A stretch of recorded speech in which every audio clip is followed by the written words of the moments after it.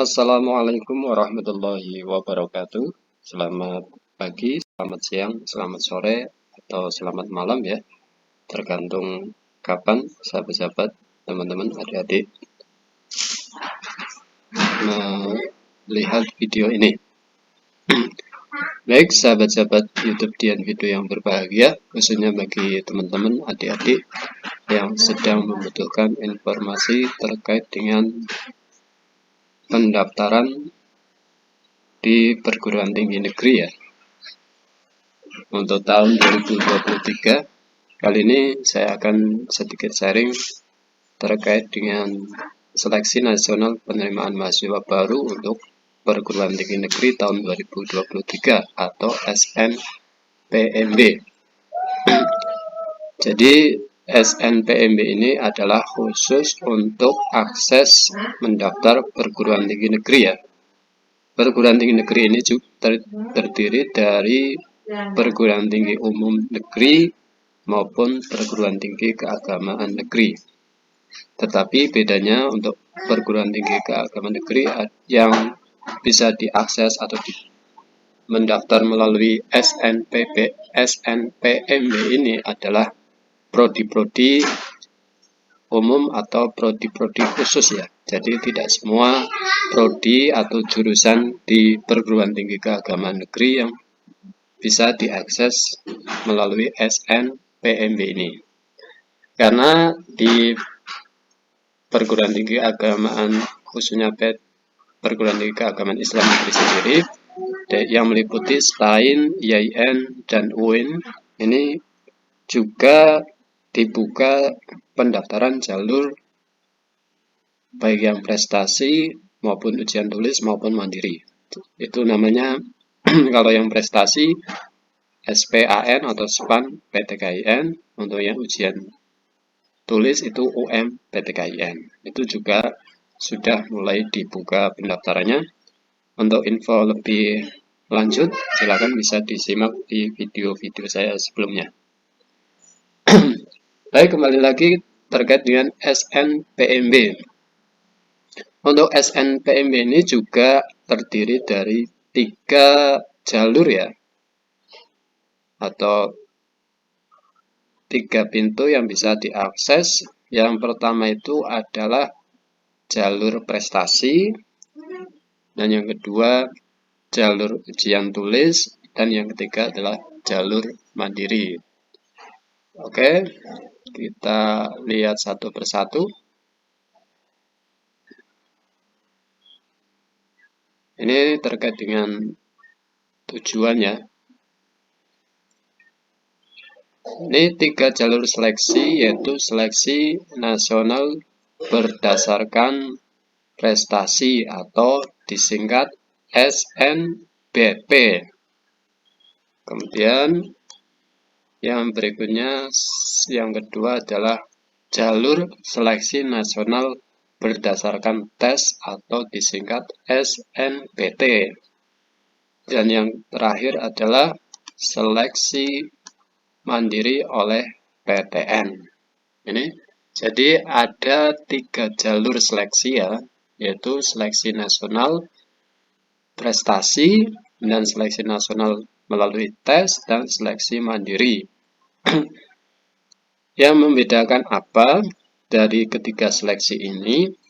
Yang pertama, untuk seleksi prestasi sesuai dengan namanya, seleksi ini didasarkan pada prestasi saat sekolah ya. Jadi prestasi baik akademik maupun non-akademik. Ini bisa dilihat dari nilai rapot dan prestasi non-akademik lainnya yang mendukung. Nanti kita bahas lebih lanjut. Dan untuk seleksi ini sama sekali tidak dipungut biaya dan tanpa ujian atau tes tertulis. Itu untuk seleksi SNBP. Kemudian untuk jalur seleksi nasional berdasarkan tes atau SNBT, ini harus melalui pendaftaran. Jadi calon pendaftar harus mendaftar secara mandiri dengan dikenai biaya pendaftaran atau biaya seleksi. Ini nanti kita bahas lebih lanjut, dan ini nanti seleksinya didasarkan dengan nilai ujian atau tes tertulisnya.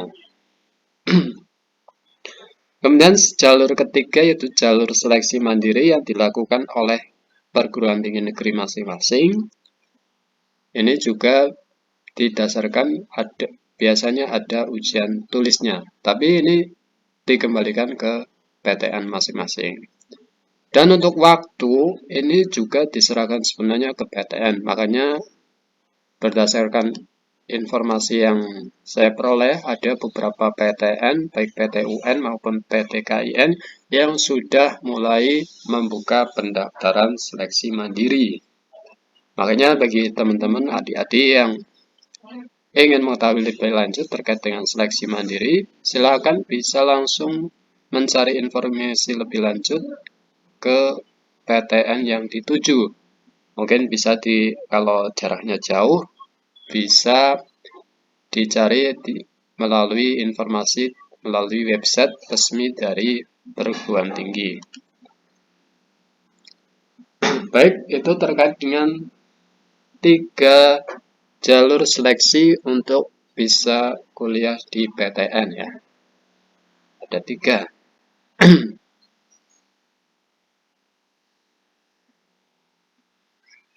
Selanjutnya, ini kita lewati saja. Ini tadi yang sudah kita bahas bahwa jalur untuk akses ke PTN itu ada 3, yaitu SMPT atau jalur prestasi, SNPT jalur tes atau ujian, dan mandiri adalah seleksi yang dilakukan oleh perguruan tinggi negeri masing-masing, jadi tidak dilakukan secara nasional sebagaimana SMPP dan SNPT. Ini kebijakan kuota juga masing-masing perguruan tinggi ada batasan kuotanya ya. Untuk prestasi ini minimum harus 20% dari total mahasiswa barunya, dan untuk ujian yang berdasarkan SMPT ini minimal harus 40% dari kuota mahasiswa barunya, tentu saja di tahun tersebut, dalam ini tahun 2023. Dan untuk yang mandiri ini ada batasan maksimum adalah kuotanya 30% dari keseluruhan kuota mahasiswa baru. Ini ada pengecualian bagi PTN yang berbadan hukum. Ini seperti UI, Undip, Unsud, ini sudah berbadan hukum. Dan UIN, ada UIN Jakarta, UIN Jogja juga sudah berbadan hukum. Ini untuk yang jalur ujian tes atau ujian tes ini minimum 30% dan seleksi mandiri maksimum 50% ya. Ini. Baik, selanjutnya untuk proses pendaftaran nanti melalui sistem SSO atau Single Sign On. Ini diawali dari pengisian PDSS, pendaftaran SNPP, dan pendaftaran UTBK SNPT. Ini harus memiliki akun di SNPMB. Jadi calon pendaftar ini harus membuka akun terlebih dahulu di SNPMB melalui portal yang sudah disediakan. Harus registrasi akun SNPMB di portal SNPMB, yaitu portal/snpmb.bppp.kemendikbud.go.id. Ini ya. Ini kemudian sesuai dengan jalurnya. Ini pengisian PDSS oleh sekolah, pendaftaran SNPP. Ini dan pendaftaran UTBK SNBP. Ini ada jadwalnya juga. Oke, next. Selanjutnya dalam ini kita akan fokus terlebih dahulu untuk ini ya. Cara mendaftar jalur SNBP atau Seleksi Nasional Berdasarkan Prestasi ya. Nanti UTBK atau yang berdasarkan ujian tulis kita bahas di next videonya ya. Video berikutnya. Baik, ini yang pertama kita kupas terlebih dahulu apa yang dimaksud dengan PDSS atau Pangkalan Data Sekolah dan Siswa. PDSS ini merupakan basis data yang berisikan rekam jejak kinerja sekolah dan nilai raport siswa yang eligible mendaftar. Jadi dan PDSS ini mengakomodasi Kurikulum Nasional 2006 KTSP dan Kurikulum 2013 Sistem Paket dan SKS. Sekolah yang tidak menggunakan Kurikulum Nasional tidak diperbolehkan mendaftar PDSS ya. Dan untuk tahun ajaran dan tingkat yang sama, PDSS mengakomodasi perbedaan kurikulum antara semester ganjil dan genap. Nah, pengisian PDSS dilakukan oleh sekolah dan kebenaran data yang diisikan menjadi tanggung jawab kepala sekolah. Jadi simpelnya gini, khususnya bagi teman-teman adik-adik yang berminat untuk mendaftar ke PTN melalui jalur SNBP, melalui jalur prestasi, silakan bisa berkonsultasi, berkomunikasi langsung dengan sekolah masing-masing ya. Biasanya melalui guru BK atau silakan ke kepala sekolah juga bisa. Jadi intinya tidak usah takut untuk menanyakan ini ke sekolah masing-masing ya, agar bisa diarahkan dan nantinya bisa difasilitasi untuk mendaftar, apakah bisa akses untuk jalur prestasi ataukah tidak ya. Karena memang untuk akses jalur prestasi ini harus difasilitasi oleh pihak sekolah. Oke, selanjutnya kita bahas terkait dengan seleksi nasional berdasarkan prestasi. Ini yang pertama persyaratan dari sekolah asal ya.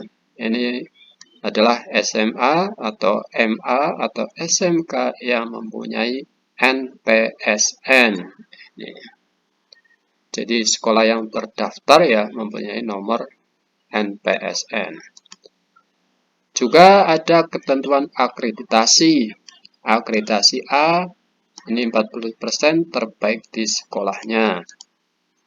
Jadi akreditasi B 25% terbaik di sekolahnya.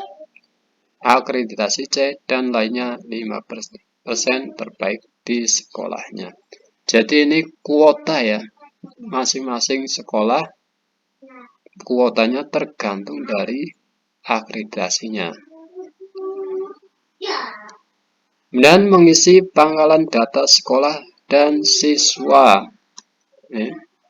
Data siswa yang diisikan hanya yang eligible sesuai dengan ketentuan. Jadi tidak semua data siswa itu dimasukkan atau bisa didaftarkan untuk seleksi prestasi ya. Jadi sesuai dengan kuota dan juga sesuai dengan prestasi dari siswa tersebut. Jadi misalnya kok terpaksanya kuota memang tidak terpenuhi full karena keterbatasan siswa yang berprestasi, ya tidak usah dipaksakan ya. Dan selanjutnya itu untuk persyaratan dari sekolah. Selanjutnya untuk persyaratan dari peserta. Ini adalah siswa SMA, MA, SMK kelas terakhir atau kelas 12 pada tahun 2023 yang memiliki prestasi unggul. Jadi memang untuk jalur SNBP ini, jalur prestasi ini adalah dikhususkan bagi kelas 12. Jadi yang nantinya baru akan lulus di tahun 2023. Lalu bagi yang lulus 2022, 2021 dan seterusnya bisa akses melalui jalur apa? Tentu saja melalui jalur tulis, ujian tulis atau ujian mandiri, seleksi mandiri di masing-masing PTN. Karena untuk jalur prestasi ini memang dikhususkan bagi siswa yang masih aktif ya di kelas 12, dalam artian nanti lulusnya di tahun 2023. Dan syaratnya adalah memiliki prestasi akademik, memiliki NISN nomor induk siswa nasional, dan terdaftar di PDSS. Dan memiliki nilai raport semester 1 sampai dengan 5 yang telah diisikan di PDSS. Dan peserta yang memilih program studi bidang seni dan olahraga wajib mengunggah portofolio. Apa saja portofolionya? Bisa dilihat lebih jelas nanti di bawah ya, nanti kita akan bahas. Oke, selanjutnya pilihan program studi. Ini setiap siswa dari jurusan IPA, IPS atau bahasa diizinkan memilih prodi di PTN. Dan setiap siswa dapat memilih 2 program studi dari 1 PTN atau 2 PTN. Jadi hanya 2, baik itu dari 1 PTN atau 2 PTN, maksimal 2 PTN ya, maksimal 2 prodi. Jika memilih 2 program studi, salah satu harus berada di PTN pada provinsi yang sama dengan SMA, MA, SMK asalnya. Jadi ada semacam zonasi ya. Jadi harus satu provinsi ya. Salah satunya. Kalau memilih lebih dari 1.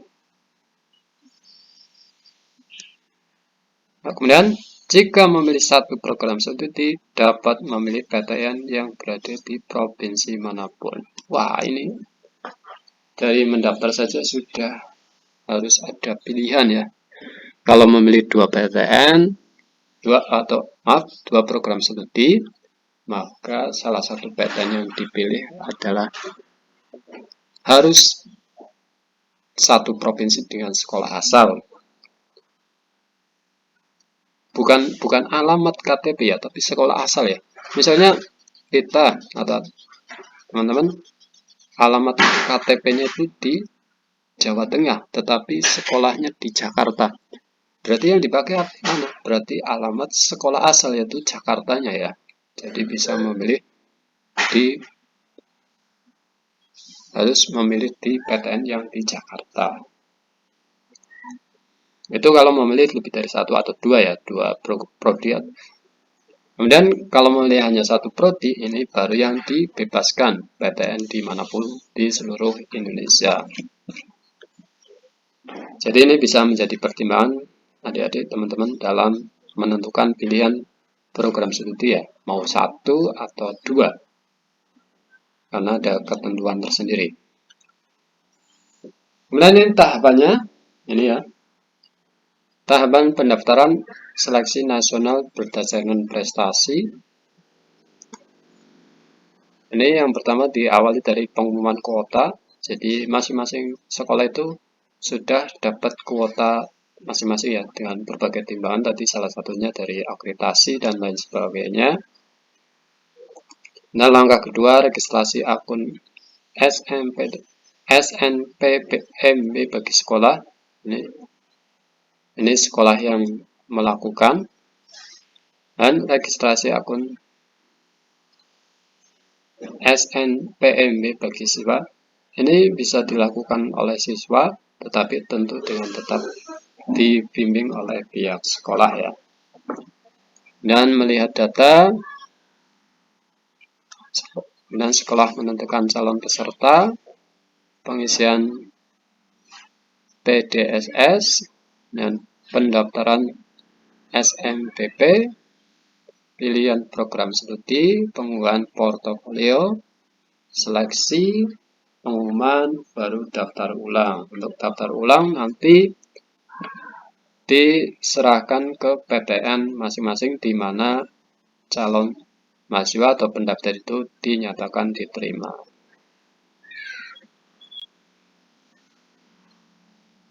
Ini juga ada ketentuan pemeringkatan siswa oleh sekolah.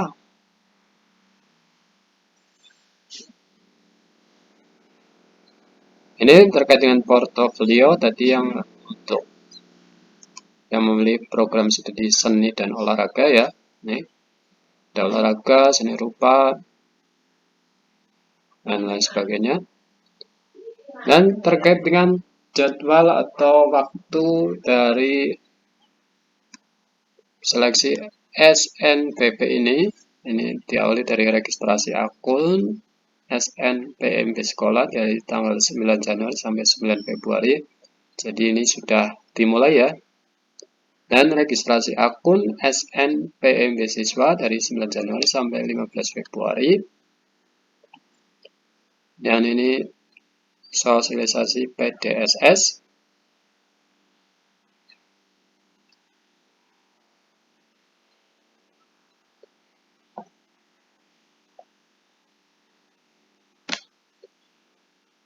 Sampai dengan nanti pengumuman hasil SMPT.